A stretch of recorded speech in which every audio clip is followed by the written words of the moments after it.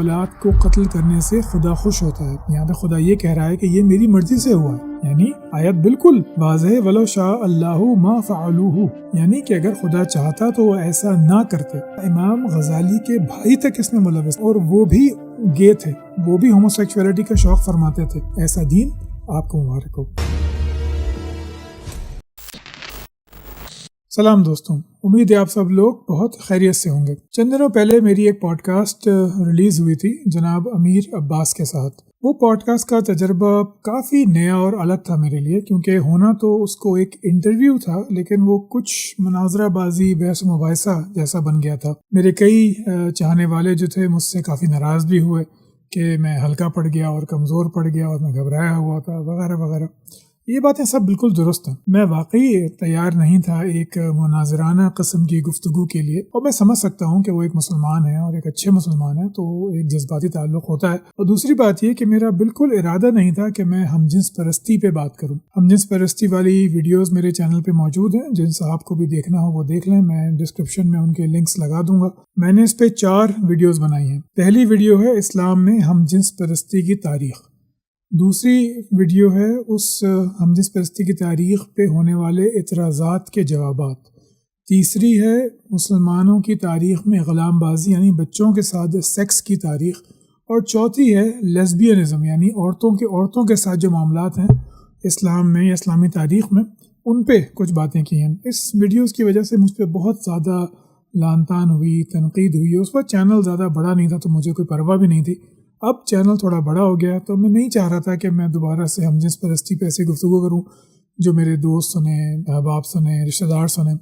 تو بس اس وجہ سے میں تھوڑا کہنا چاہیے شائع تھا میں اس معاملے میں. لیکن پھر ویڈیو دیکھ کے مجھے خیال آیا کہ بہت سارے سوالات پیدا ہو گئے، بہت سارے سوالات جو میں جوابات پہلے ہی دے چکا ہوں، لیکن پھر بھی وہ سوالات دوبارہ پیدا ہو گئے. تو میں نے سوچا کہ چند منٹ کی ایک اور ویڈیو بنا کے وہ بھی چیزیں واضح کر دی جائیں. سب لوگوں کو لگتا یہ ہے، جو عام مسلمان ہوتے ہیں ان کو لگتا یہ ہے کہ جو قرآن مجید میں ہے وہی اسلامی قانون ہے، جو حدیث ہے وہی اسلامی قانون ہے، جبکہ ایسا ہرگز نہیں ہے. جب بھی یہ کہا جاتا ہے کہ یہ تو مسلمانوں کے اعمال ہیں، یہ مسلمانوں کے اعمال نہیں ہیں، یہ آپ کا دین ہے جو آپ کو نہیں معلوم، اور میں آپ کو وہی بتانے کی کوشش کر رہا ہوں. تو میں اس ویڈیو میں چند معاملات کے اوپر بات کروں گا. پہلے میں بات کروں گا سب سے زیادہ اعتراضات جس پہ ہوئے کہ میں نے یہ کہا کہ اسلام میں بچوں کے قتل کے بارے میں کوئی بات نہیں ہے. تو پہلے میں یہ کلپ لگاتا ہوں کہ میں نے کیا کہا، اور پھر آگے آ کے اپنی بات عرض کرتا ہوں. اچھا، میں آپ کو ایک مزے کی بات بتاتا ہوں. آپ پورا قرآن مجید پڑھ لیں، آپ پورا احادیث کا ذخیرہ پڑھ لیں، آپ کو ایک آیت یا ایک حدیث نہیں ملے گی جو آپ کو یہ کہے کہ بچوں کو یا اپنے بچوں کو مارنا منع ہے. کہ اس معاملے میں آپ کے پاس ایک نہ آیت ہے واضح، نہ کوئی حدیث ہے. تو آپ نے میرا موقف سن لیا کہ میں نے کہا کیا تھا. اب میں آپ کے سامنے قرآن مجید کی چند آیات پیش کرتا ہوں جو میرے مخالفین نے زور و شور سے پھیلائیں، بلکہ ابھی ریسنٹلی کسی نے ٹک ٹاک ویڈیو بھی بنا دی اس پہ، شاید زیادہ بنانی، کہ جی ڈاکٹر صدیقی کو تو یہی نہیں معلوم کہ قرآن میں کیا لکھا ہے اور مولد جاہل ہوتے ہیں وغیرہ وغیرہ، جو ایک ٹپیکل طریقہ ہوتا ہے. تو میں علمی انداز سے آپ کو آپ کا دین پڑھاتا ہوں، تو میرے ساتھ رہیے گا. پہلی آیت جو آپ دیکھ رہے ہیں یہ ہے سورہ اسراء آیت نمبر 31. میں پڑھتا ہوں اس کو. اعوذ باللہ من الشیطان الرجیم. وَلَا تَقْتُلُوا أَوْلَادَكُمْ خَشْيَةَ إِمْلَاقٍ نَحْنُ نَرْزُقُهُمْ وَإِيَّاكُمْ إِنَّ قَتْلَهُمْ كَانَ خِطَأً كَبِيرًا.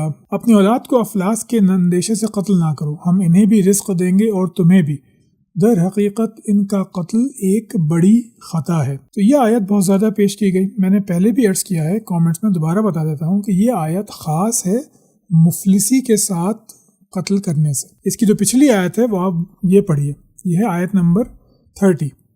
ان ربک یبسط الرزق لمن یشاء ویقدر انہ کان بعبادہ خبیرا بصیرا. تیرا رب جس کے لیے چاہتا ہے رزق کشادہ کرتا ہے اور جس کے لیے چاہتا ہے تنگ کر دیتا ہے، اور وہ اپنے بندوں کے حال سے باخبر ہے اور انہیں دیکھ رہا ہے.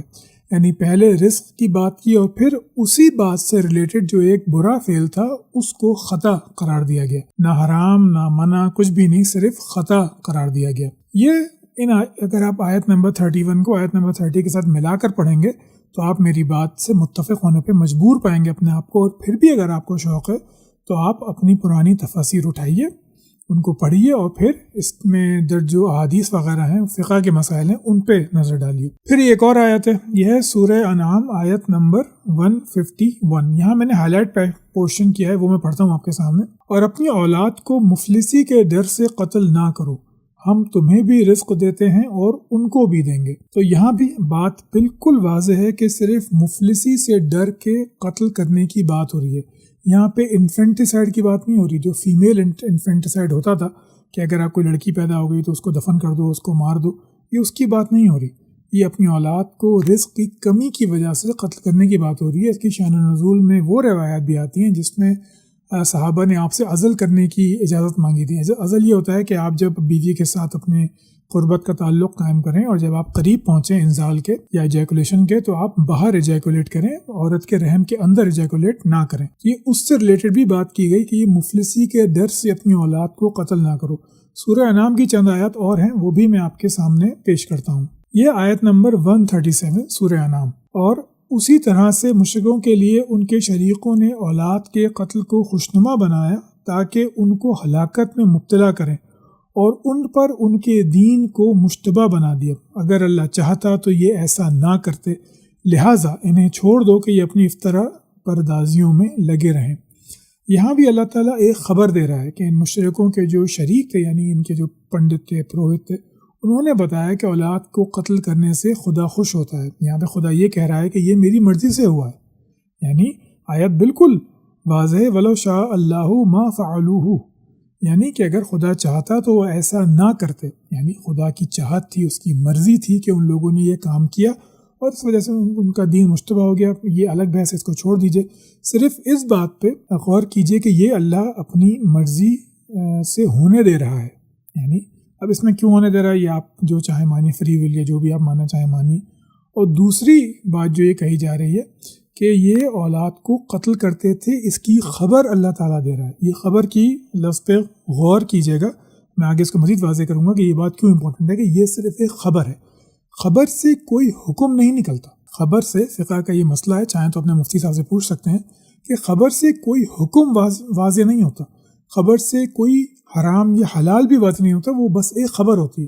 قوم لوط کی اگر خبر دی گئی، اس سے ہومو سیکشولیٹی حرام نہیں ہو گئی، وہ صرف ایک خبر ہے۔ اس کی کئی مثالیں میں آپ کو آگے چل کے دیتا ہوں۔ پھر یہ سورہ انعام کی 140 آیت بھی ہے، یقیناً خسارے میں پڑ گئے وہ لوگ جنہوں نے اپنی اولاد کو جہالت اور نادانی کی وجہ سے قتل کیا، اللہ کے دیے ہوئے رزق کو اللہ پر افطرا پردازی کر کے حرام ٹھہرا لیا، یقیناً وہ بھٹک گئے اور وہ ہرگز وہ راہ راست پانے والوں میں سے نہ تھے۔ یہاں بھی اللہ تعالیٰ خبر دے رہا ہے کہ ان لوگوں نے اپنی اولاد کو قتل کیا، یہاں بھی وہی رزق کی بات آ گئی کہ مفلسی کی وجہ سے قتل کیا۔ میں نے کیا کہا تھا کہ قرآن مجید میں ایک آیت بھی ایسی نہیں ہے جس سے جو ہے یہ ثابت ہو کہ اولاد کو قتل کرنا منع ہے۔ اور پھر میں نے آپ کے سامنے چند آیات پیش کی جو لوگ مجھے دکھا رہے تھے کہ یہ تو منع ہے، یہ تو منع ہے، تو میں آپ کو چند چیزیں بتا رہا ہوں۔ پہلی چیز میں نے آپ کو یہ بتائی کہ وہاں پہ ہمیشہ مفلسی کا ڈر ہے۔ سورہ انعام کی جو 3 آیات میں نے آپ کے سامنے پیش کی، سورہ اسراء کی آیت اس سے پہلے پیش کی، اس میں بھی رزق اور رزق کی بات ہی ہو رہی ہے کہ مفلسی کی وجہ سے مت مارو اپنے بچوں کو۔ اس میں نے آپ کو بتایا کہ روایات موجود ہیں، عزل کی موجود ہیں کہ عزل کرنے کو آپ نے اجازت دی، آپ صلی اللہ علیہ وسلم نے اجازت دی، لیکن بتایا کہ اللہ کی قدرت ہے کہ وہ جس کو اگر پیدا ہونا ہے وہ تو پیدا ہو کر رہے گا۔ ان آیات سے ثابت کیا ہوتا ہے؟ 2 چیزیں، ایک کہ ممنوع ہے، ممنوع یعنی کہ منع ہے کہ اپنی اولاد کو آپ قتل کریں، رزق کی کم ہونے کے ڈر سے آپ اولاد کو ماریں۔ اسی لیے ہمارے ہاں جو اسقاط عمل کے ادویات ہیں ان کا استعمال کرنا بھی حرام ہے، ہمارے ہاں جو کانڈم وغیرہ ہے اس کا استعمال کرنا بھی حرام ہے، انہی کو لے کر کہ مفلسی کے ڈر سے، رزق کی کمی کی وجہ سے اولاد کو قتل کرنا منع ہے، تو اس میں کانٹراسیپشن بھی شامل ہے، جس سے وہ عزل والی روایت میں نے آپ کے سامنے پیش کی۔ یہ آیات ہرگز بھی عام نہیں ہیں، یہ بالکل ایک مقصد کے لیے منع کر رہی ہیں، اس کے علاوہ بالکل منع یہ نہیں کر رہی۔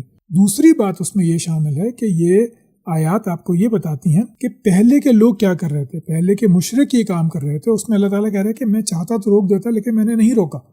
یہاں بھی وہ آپ کو صرف خبر دے رہا ہے۔ فقہ کا مسئلہ یہ ہے کہ فقہ میں خبر سے وجوب ثابت نہیں ہوتا، یعنی اگر کوئی خبر کسی چیز کی آپ کو دی جائے تو اس سے واجب و دین میں چیز قرار نہیں پا جاتی۔ اسی طرح اگر کوئی خبر موجود ہے تو اس سے کوئی چیز حرام بھی نہیں ہو جاتی۔ اس کے لیے آپ کو سنت متواترہ چاہیے یعنی کہ مسلمانوں کا عمل، یا پھر کوئی حدیث مشہور چاہیے آپ کو، یعنی کوئی ایسی حدیث جو کہ مشہور ہو، ہزاروں لوگ اس کو روایت کر رہے ہوں، تو اس کو پھر آپ دین کا حکم مانیں گے۔ اچھا، اس میں آپ کو چند مثالیں دیتا ہوں۔ مثال کے طور پہ سورہ نور کی آیت ہے کہ زانیہ کا نکاح جو ہے وہ زانی سے ہی ہوتا ہے، لیکن اس سے کیا وجوب ثابت ہو گیا؟ ہرگز نہیں، یہ صرف ایک خبر ہے، یعنی زانی کا نکاح زانیہ سے کر لو یا کر سکتے ہو، یوں کہہ لیں آپ اسے، تو یہ صرف ایک خبر ہے، اس سے کوئی وجوب ثابت نہیں ہوتا۔ نہ اس سے وجوب ثابت ہوتا ہے کہ زانیہ کا نکاح صرف زانی سے ہو سکتا ہے، نہ اس سے یہ منع ہو سکتا ہے کہ زانیہ کسی نیک مرد سے شادی نہیں کر سکتی یا زانی کسی نیک عورت سے شادی نہیں کر سکتا۔ یہ دونوں باتیں سے ثابت نہیں ہوتی کیونکہ یہ ایک خبر ہے۔ اب اس میں امر بھی آ جاتا ہے، وہ میں آپ کو تھوڑی دیر میں بتاتا ہوں۔ پھر بنی اسرائیل کا واقعہ آتا ہے کہ جی ایک مرے ہوئے انسان کو انہوں نے گوشت کا ٹکڑا مارا، اس سے بھی یہ خبر ہے، اس سے نہ وجوب ثابت ہوتا ہے کہ آپ کو یہ کرنا چاہیے، نہ حرام ثابت ہوتا ہے کہ یہ کرنا منع ہے، دونوں چیزیں ثابت نہیں ہوتی۔ اور آگے آئیے، حضرت یعقوب کا بیان موجود ہے کہ وہ حضرت یوسف کے جو بھائی ہیں ان کو کہتے ہیں کہ جب تم شہر میں داخل ہو تو الگ الگ دروازوں سے داخل ہونا، یہ بھی خبر ہے، اس سے بھی وجوب ثابت نہیں ہوتا کہ اگر آپ کسی شہر میں جائیں تو الگ الگ دروازوں سے داخل ہوں، کوئی اس میں نہ یہ حرام ہے کہ اگر آپ نہیں داخل ہوں گے تو یہ کوئی حرام کام ہو جائے گا، گناہ کا کام ہو جائے گا، یہ دونوں چیزیں اس میں نہیں ہیں۔ تو کہنے کا مقصد یہ ہے کہ کوئی بھی اگر کوئی چیز کسی خبر میں بیان ہو رہی ہے، قرآن مجید میں پرانی قوموں کی کوئی خبر دی جا رہی ہے، تو چاہے اس میں ناپسندیدگی کا اظہار ہی کیوں نہ ہو، جیسے زانیہ کا حکم ہو گیا، ناپسندیدگی کا اظہار ہے، لیکن اس سے وہ چیز نہ حرام ہوتی ہے نہ ہی وہ واجب ہوتی ہے دین اسلام میں۔ تو یہ باتیں بہت باریک ہوتی ہیں، ان کو سمجھنا چاہیے۔ یہ نہیں ہے کہ چیٹ جی پی ٹی سے سرچ کیا اور آیت پھینک کے مار دی۔ آپ کو کیا لگتا ہے؟ میں چیٹ جی پی ٹی سے سرچ یہ نہیں کر سکتا، میں کلاؤڈ سے ہی سرچ نہیں کر سکتا جو آپ سرچ کر کے مجھے بتا رہے ہیں۔ یعنی کوئی آدمی جو اپنے آپ کو بتا رہا ہے کہ وہ ایتھیسٹ ہے، وہ آ کے گفتگویں بھی کر رہا ہے، چینل بھی چلا رہا ہے، وہ اتنا بیوقوف ہو سکتا ہے کہ اتنی کھلی آیات وہ نہ جانتا ہوں۔ اصل مسئلہ یہ ہے کہ آپ نہیں جانتے، آپ کو یہ لگتا ہے کہ جو بھی قرآن میں آیت آ گئی وہ اصول بن گیا، ایسا ہرگز نہیں ہے۔ تو خبر، جیسے میں نے دوبارہ بتا دیتا ہوں کہ خبر سے نہ حرام کوئی چیز ہوتی ہے نہ ہی کوئی چیز اس سے حلال یا مستحسن ہوتی ہے۔ اچھا، اب اس میں ایک اور بات بھی ہوتی ہے کہ جی اس میں امر کا صیغہ ہے۔ یہ بھی بڑے لوگ مجھے کہتے ہیں، ان کامنٹس میں تو شاید میں نے نہیں پڑھا، اگر کسی صاحب نے لکھا ہے تو میں نہیں پڑھ سکا کہ امر کا صیغہ اس میں ہے جی، کہ جو حکم ہے تو یہ بھی ایک بکواس بات ہے۔ فقہ میں 16-17 سے زیادہ امر ہوتے ہیں، امر سے بھی اگر حکم ہی ہے تب بھی وجوب ثابت نہیں ہوتا۔ اس کی ایک بڑی مشہور مثال ہے وہ آیت جس میں بتایا گیا ہے کہ جب تم احرام کھول دو تو پھر تم شکار کر سکتے ہو، وہاں پہ امر کا صیغہ ہے، جیسے حکم دیا جاتا ہے نا، جیسے حکم آپ کرتے ہیں کسی چیز کو، اس کا صیغہ بیان ہوا ہے، لیکن وہ صرف جائز ہے، نہ وہ حرام ہے نہ وہ حلال ہے، وہ جائز ہے، کرنا ہے تو کر لو، لیکن صیغہ امر کا ہے۔ ایسی بے شمار مثالیں ہیں قرآن مجید میں جس میں یہ بات واضح ہو جاتی ہے کہ صیغہ امر بھی ہو تب بھی نہ وہ واجب ہوتا ہے نہ ہی وہ حرام ہوتا ہے۔ یہ تو بالکل ہی احمقانہ بات ہے کہ آپ ایک آیت لیں اور اس کو پھر آپ اس سے حلال حرام کے فیصلے کرنا شروع کر دیں۔ اگر آپ یہ کریں گے تو یہ شدید جہالت ہے۔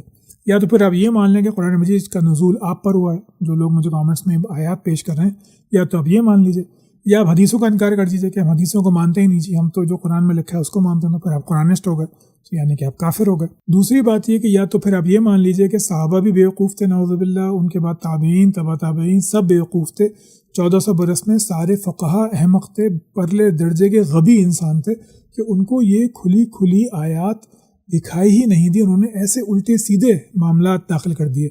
یہ تمام باتیں درست نہیں ہیں، غلطی اصل میں آپ کو ہے کہ آپ کو لگتا ہے کہ کسی آیت سے مسئلہ ثابت ہو گیا، ہرگز نہیں مسئلہ ثابت ہوا۔ اب میں اس کو آپ کو فقہ سے سمجھاتا ہوں کہ ایسا کیوں نہیں ہے، اولاد کے قتل کی بات میں کر رہا ہوں۔ اچھا، اس پہ آنے سے پہلے ایک ہی حدیث پڑھ لیجئے، بخاری 5975، ہم سے سعد بن حفص نے بیان کیا، ہم سے شیبان نے بیان کیا، ان سے منصور نے، ان سے مسیب نے، اور ان سے وارد نے، اور ان سے مغیرہ نے کہ نبی کریم صلی اللہ علیہ وسلم نے فرمایا کہ اللہ نے تم پر ماں کی نافرمانی حرام قرار دی ہے، اور یہ بریکٹس میں والدین کے حقوق نہ دینا اور ناحق ان سے مطالبات کرنا بھی حرام قرار دیا ہے، لڑکیوں کو زندہ دفن کرنا بھی حرام قرار دیا ہے، اور قیل و قال فضول باتیں، کثرت سوال، مال کی بربادی کو بھی ناپسند کیا ہے۔ یہاں بھی وہی بات ہے، یہ بخاری میں روایت آپ کو معلوم ہے کہ کہاں پہ آئی ہے؟ یہ ہے کتاب الاخلاق میں، اخلاقیات سے یہ باتیں آپ کو بتائی جا رہی ہیں کہ ان کے مطالبات مانو، ان سے نافرمانی مت کرو،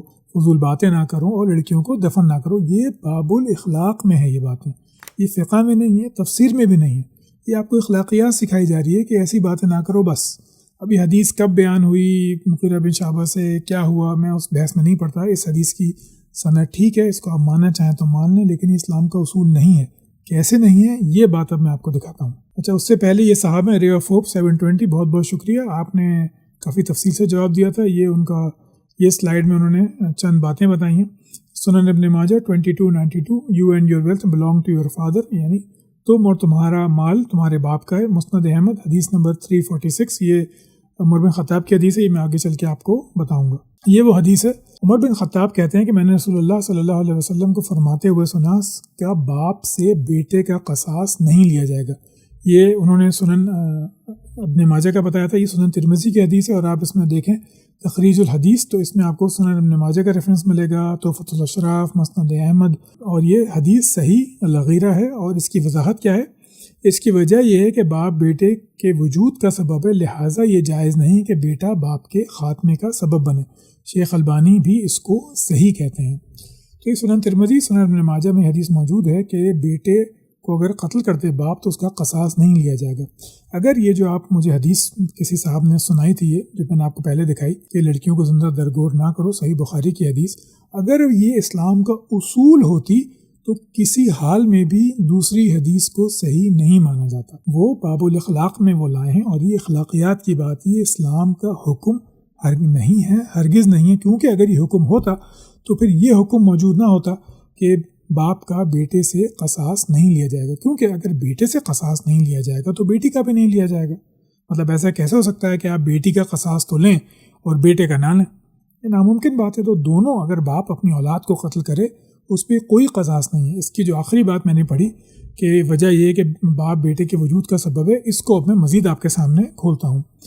یہ مسئلہ نمبر 7 یہ کتاب سے لیا گیا، میں بھی ذکر کرتا ہوں. اصول نے فرو کو قتل کیا، مثلا باپ، ماں، دادا، دادی، نانا، نانی نے بیٹے یا پوتے یا نفاذے کو قتل کیا تو اس میں قصاص نہیں، بلکہ خود اس قاتل سے دیت دلوائی جائے گی. بلکہ باپ کے ساتھ بیٹے کے قتل میں کوئی اجنبی بھی شریک تھا تو اس سے بھی قصاص نہیں لیا جائے گا. اچھا، پاز کر کے باقی پڑھ لیجیے گا. کیا کہا جا رہا ہے کہ باپ، ماں، نانا، نانی، دادا، دادی اگر قتل کر دیں تو کوئی قصاص نہیں ہے. کسی کے ساتھ مل کر قتل کیا تب بھی قصاص نہیں ہے، چاہے وہ قتل عمد ہو یا وہ قتل خطا ہو، جان بوجھ کے مارا ہو یا غلطی سے مر گیا ہو. دونوں صورتوں میں قصاص نہیں ہے، دیت لی جائے گی. دیت کون دے گا؟ باپ نے قتل کیا تو ماں کو دیت دے دے گا.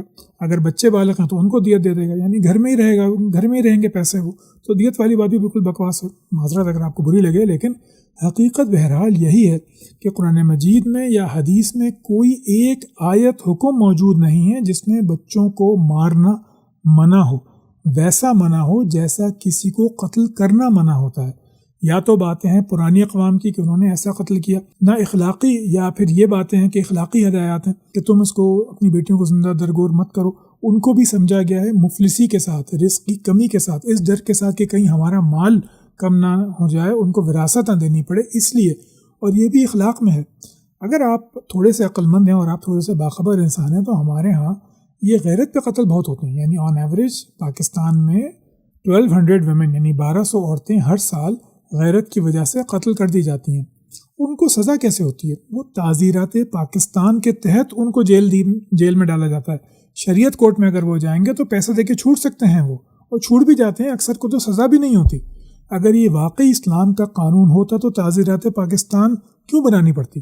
آپ کے ساتھ تو یہ بات موجود ہے، قرآن و سنت کے اگینسٹ کوئی لا نہیں بنے گا، جس کو کہا جاتا ہے قرارداد مقاصد، وہ موجود ہے. لیکن یہ قانون آپ کو بنانا پڑا کیونکہ اسلام کا قانون آپ کو اجازت دیتا ہے کہ آپ اپنی اولاد کا گلا گھونٹ کے مار دیں. آپ اس کو اتنا ماریں کہ وہ مر جائے تب بھی آپ پہ کوئی قصاص نہیں ہوگا. کوئی آپ کو قتل نہیں کیا جائے گا، جیل میں نہیں ڈالا جائے گا. بس آپ دیت دیجیے اور چھوٹ جائیے. ایک اور مسئلہ میں آپ کو بتاتا ہوں کہ اگر استاد شاگرد کو مار دے تب بھی قصاص نہیں ہے. یعنی اس میں ایک علماء یہ بتاتے ہیں کہ اگر اس کے باپ نے اجازت دی ہو، یعنی کہ اگر میں اپنے بیٹے کو مدرسے میں داخل کراؤں اور استاد کو یہ کہوں کہ اگر یہ شیطانی کرے، سبق نہ پڑھے تو آپ اس کی پٹائی کر سکتے ہیں، تو پھر وہ مار کے میرے بچے کی جان لے لے تب بھی میں اس پر حد نافذ نہیں کروا سکتا. نہ اس کو پھانسی ہوگی نہ اس کو عمر قید ہوگی، وہ زیادہ سے زیادہ مجھے دیت دے گا اور کھیل ختم۔ اسی لیے یہ مدرسے کے مولوی جو ہیں جانور کی طرح پیٹتے ہیں شاگردوں کو، اسی لیے کہ ان کو یہ قانونی پروٹیکشن حاصل ہے فقہ میں۔ اب تو تعزیرات پاکستان ہے تو کچھ لوگوں کو سزا ہو جاتی ہے، نہیں تو یہ دندناتے پھریں، کھلے عام ماریں۔ آپ کہتے ہیں کہ جی یہ مغربی لوگ اپنے بچوں کو مار دیتے ہیں۔ آپ کو اپنا فقہ معلوم نہیں ہے، آپ کو اپنا دین معلوم نہیں ہے، آپ خود جاہل ہیں اپنے دین سے، اس لیے آپ کو لگتا ہے کہ اسلام بڑا اچھا دین ہے۔ ایسا بالکل نہیں ہے۔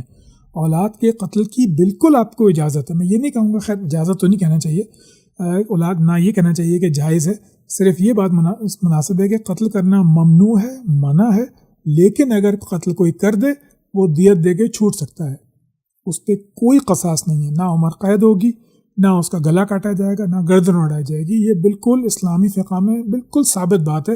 یہ آپ جتنی آپ کو ریسرچ کرنی ہے آپ اس پہ ریسرچ آپ کر سکتے ہیں۔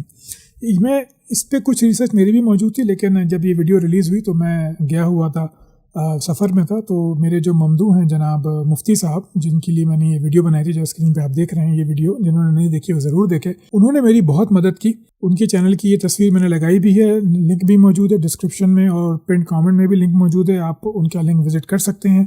ایکس مسلم اسکالر مفتی ان کے چینل کا نام ہے، ضرور چاہیے گا، ضرور دیکھیے گا۔ تو وہ آپ کو اسلامی فقہ کی ایسی باتیں آپ سنیں گے اسلامی تاریخی کہ آپ کے 14 طبق روشن ہو جائیں گے۔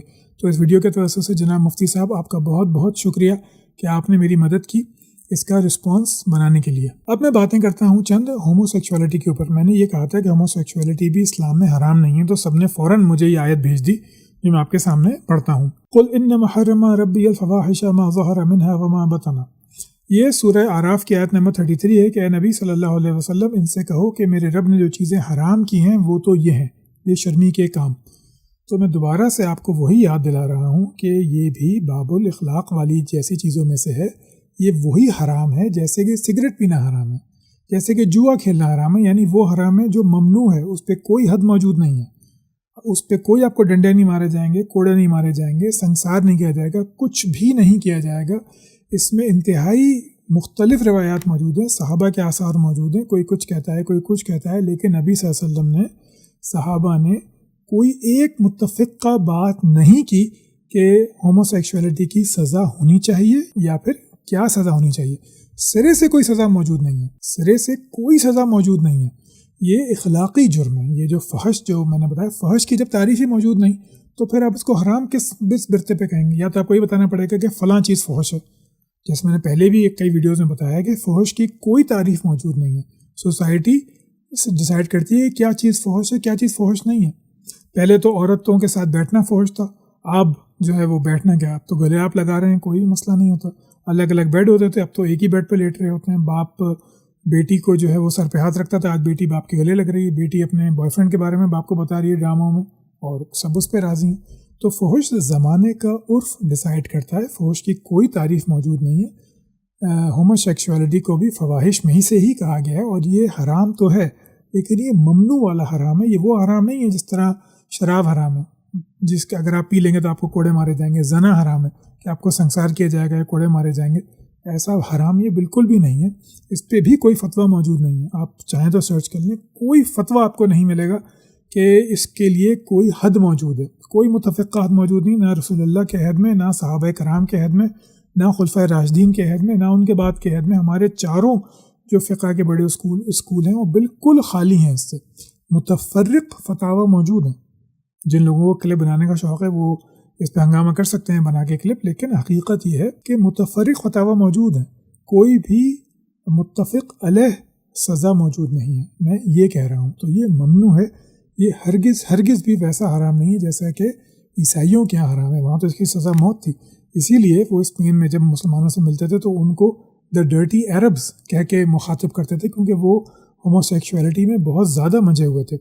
اگر یہ ویڈیو جو میں بنا رہا ہوں اگر اس کا رسپانس اچھا ہے، لوگوں نے دلچسپی ظاہر کی، تو پھر میرا ارادہ ہے کہ میں جو ہے اپنی باقی جو ویڈیوز ہیں ہومو سیکشولیٹی پہ ان کو دوبارہ ایڈٹ کر کے یا دوبارہ ریکارڈ کر کے ایک مکمل ڈاکیومنٹری کی صورت میں پیش کروں آپ کے سامنے، کہ آپ کو معلوم ہو جائے کہ اسلام میں ہومو سیکشولیٹی ایک کہنا چاہیے دین کا حصہ ہی تھی۔ اب آپ جو اپنے سامنے دیکھ رہے ہیں یہ ہے کتاب جنسی مطالعہ۔ یہ کتاب ہے جناب علی عباس جلال پوری کی، بہت بڑے پاکستان میں فلاسفر گزرے ہیں، اور وہ ہم جنسیت پہ اس پہ ایک مضمون لکھتے ہیں جس کا صفحہ میں لگاتا ہوں آپ کے سامنے کہ اس کو آپ پاز کر کے پڑھ لیجئے گا۔ اس میں وہی بتاتے ہیں ہندو راجا کا کہ وہ مسلمان ہو رہا تھا، لیکن اس کی جو تھی شرط یہ تھی کہ میں یہ ہوموسیکچولیٹی کا کام نہیں کروں گا، یعنی کہ یہ کام اس قدر عام تھا کہ اس کو دین کا جز سمجھا جاتا تھا۔ یہ انڈیا کی بات ہو رہی ہے، یہ اس انڈیا کی بات ہو رہی ہے جس سے میرا اور آپ کا تعلق ہے، کہ وہاں پہ جب مسلمان آئے ہیں، ابدالی آئے ہیں، مغل آئے ہیں، یہ سب لوگ آئے ہیں، تو یہ سب اس قدر گھٹنوں ڈوبے ہوئے تھے ہم جنس پرستی میں کہ اس کو اسلام کا جز سمجھا جاتا تھا۔ پہلے کرسچنز بھی اس کو اسلام کا جز سمجھتے تھے، اور پھر جب ہندوؤں کا اسلام سے واسطہ پڑا، وہ بھی اس کو اسلام کا جز سمجھتے تھے۔ یہ ڈاکیومنٹڈ بات ہے، آپ اپنی عقل پہ اور اپنے جہالت پہ ماتم کیجئے کہ آپ یہ نہیں جانتے، لیکن یہ بالکل ڈاکیومنٹڈ پروف ہے کہ اسلام میں ہم جنس پرستی بالکل بھی جو ہے وہ اس طرح حرام نہیں ہے جیسے کہ زنا حرام ہے، جیسے کہ شراب حرام ہے۔ یہ ایک فحش کام ہے، ممنوع کام ہے، لیکن یہ کھلے عام ہوتا رہا، اور اس پہ کبھی کسی کو نہ مسئلہ ہوا، نہ اس پہ فتویٰ دیا، نہ اس پہ کوئی مسائل ہوئے، سب کھلے عام مزے لے رہے تھے۔ آخر میں جانے سے پہلے میں آپ کو ایک بتاتا ہوں، علت المشائخ، یہ جو ہماری صوفی ہیں، ان سے زیادہ کمبخت تو کوئی ہے ہی نہیں بچوں کے ساتھ اور لڑکوں کے ساتھ سیکس کرنے میں۔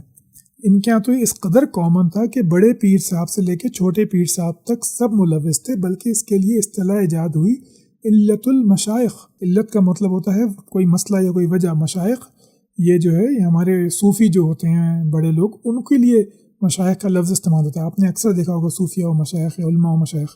تو یہ مشائخ کی علت تھی کہ اگر آپ تصوف کی دنیا کے باسی ہیں تو پھر جو ہے آپ یقیناً یہ شوق فرماتے ہوں گے۔